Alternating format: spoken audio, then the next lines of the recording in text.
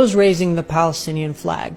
Where were you when ISIS was launched in the name of Islam and beheaded tens of thousands of Arabs in Libya, Syria, and Iraq? Why didn't you take it to the streets and raise their flags and condemn the terror and call for a ceasefire? Where were you when Arab dictators and terrorists killed hundreds of thousands of Arabs in Syria and Libya? Why didn't you take it to the streets then and raise the Syrian and Libyan flags and condemn the terror and call for a ceasefire? Where were you in the last decade when Saudi Arabia, backed by other Arab countries, killed and starved out more than 400,000 Yemenis, my country? I didn't see any of you take to the streets or raise the Yemeni flag or condemn the terror or call for a ceasefire. This calls for some self-reflection.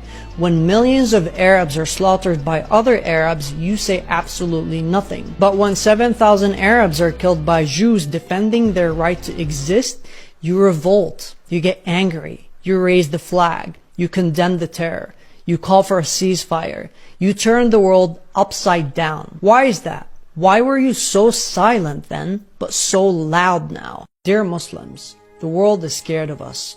The world is laughing at us.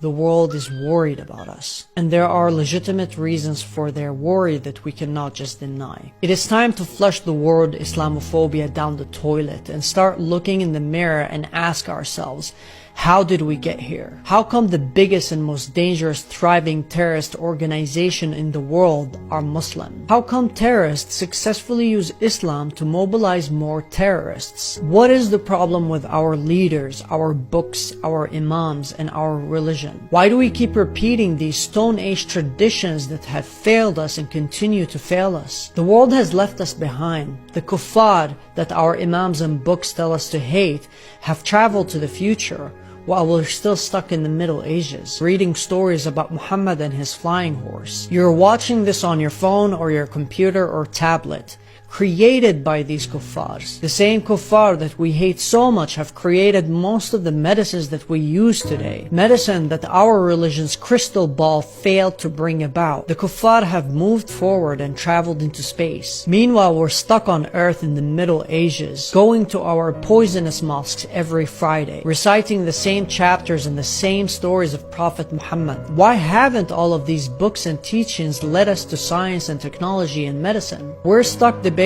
which sect is correct, which interpretation is correct, who is the kafir and who is the real Muslim. How can we convince the kuffar to become Muslims? Why on earth would anybody want to be Muslim today? They're all scared of us. They're all laughing at us. They're all worried about us. Delete Israel and the West from the world and we would still be as ignorant as we are, and we would still be stabbing each other as we are. Stop blaming them and look at yourselves in the mirror.